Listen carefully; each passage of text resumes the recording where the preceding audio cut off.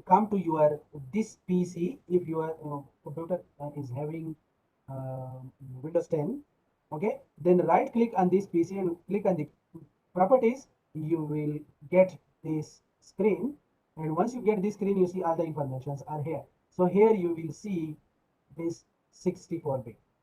So once in someone of you will have 32-bit, someone will have 64-bit. Then according to that, you come to this website again and download. Okay, and so if you are downloading the zip one, then you will have to unzip, and then you will have to install again. But better, I think, use the installer one. Okay, that is just easy. 64-bit. Another option that nowadays Microsoft make it available in a browser also. So if you just type vscode.dev, vscode.dev, okay, you see it will give me the same type of IDE like that one. You see that I have downloaded. So it's, you see, it's the same thing. Okay, so so you can directly use online also. This is another option. Okay, let's come to the same point that once we download, okay, once we download from here, then we will get we will get uh, like this. Let me close. This is then you will get this like screen.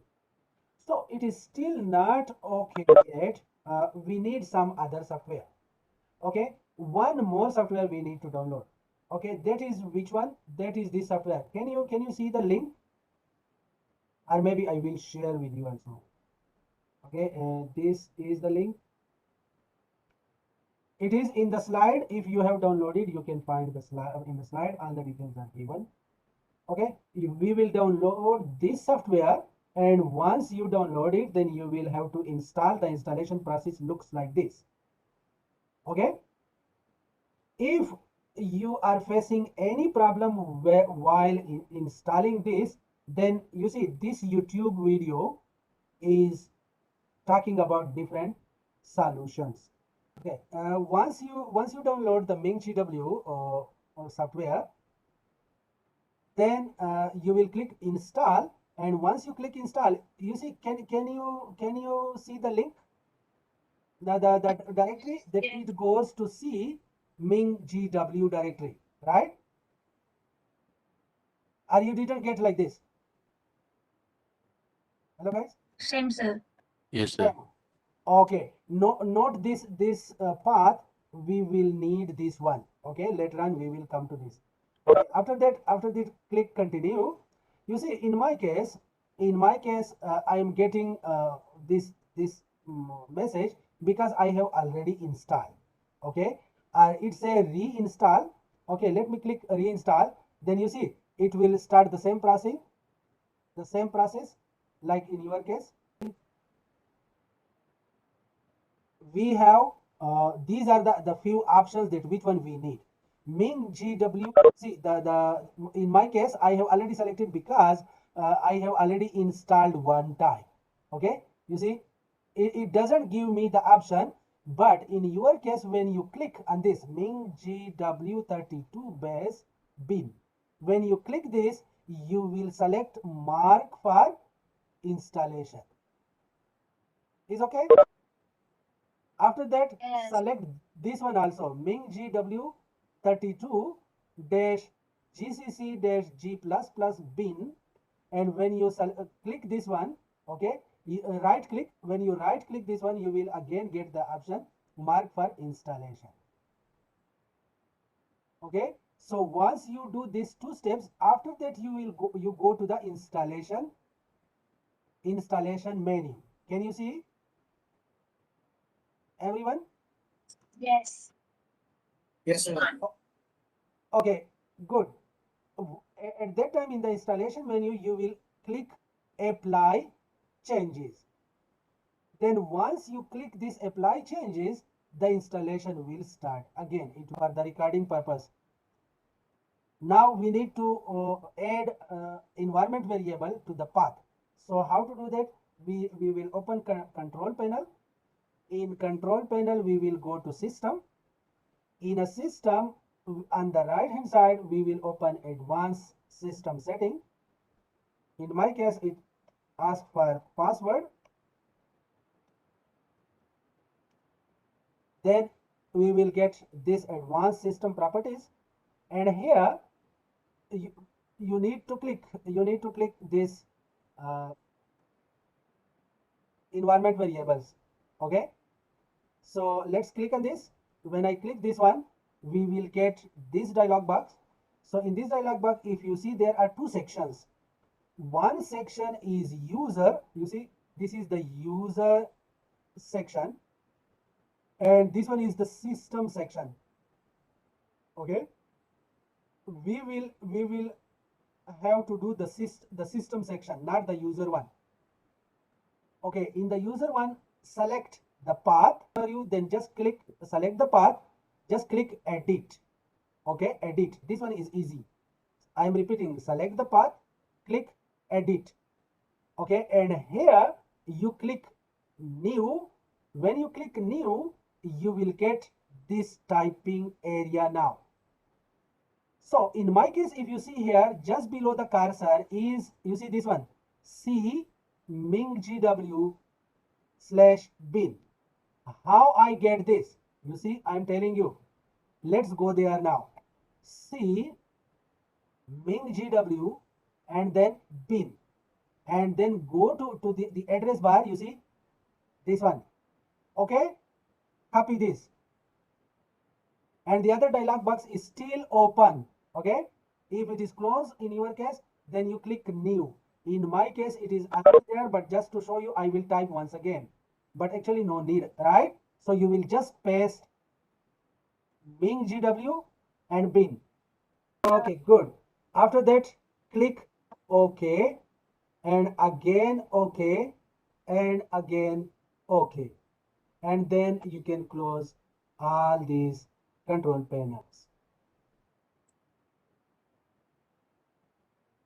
Again, Visual Studio Code is a general IDE. It can be used for different languages like C++, Python, Visual PHP, and so on. So it can be used for different languages. So we are using for C++. So what we will do, okay, we will do this. Can you see these 4 small circles which is written extensions? Can you get this one? Hello guys. Yes. Yes. Okay. Yes. So when you click on this, you see these many extensions will display. So in the search bar, you type C and C++ like this. This one, you see, in my case, I have already installed. This is why I am getting uninstall. So you will click install. Okay.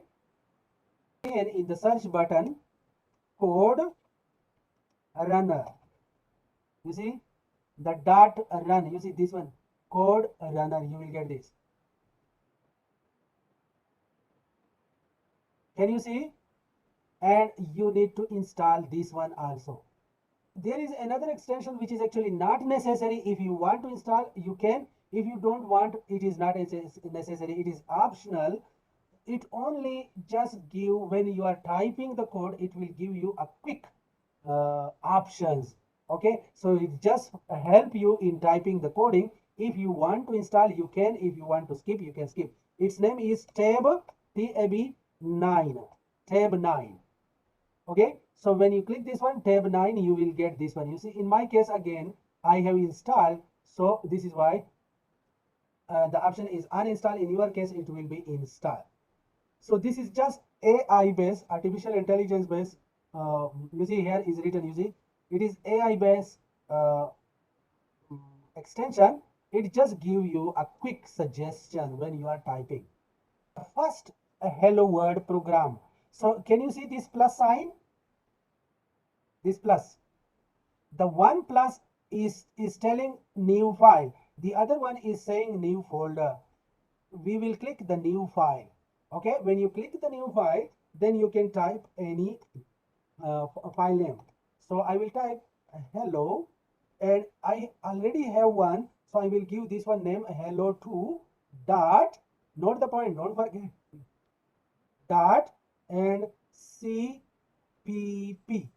CPP, C++,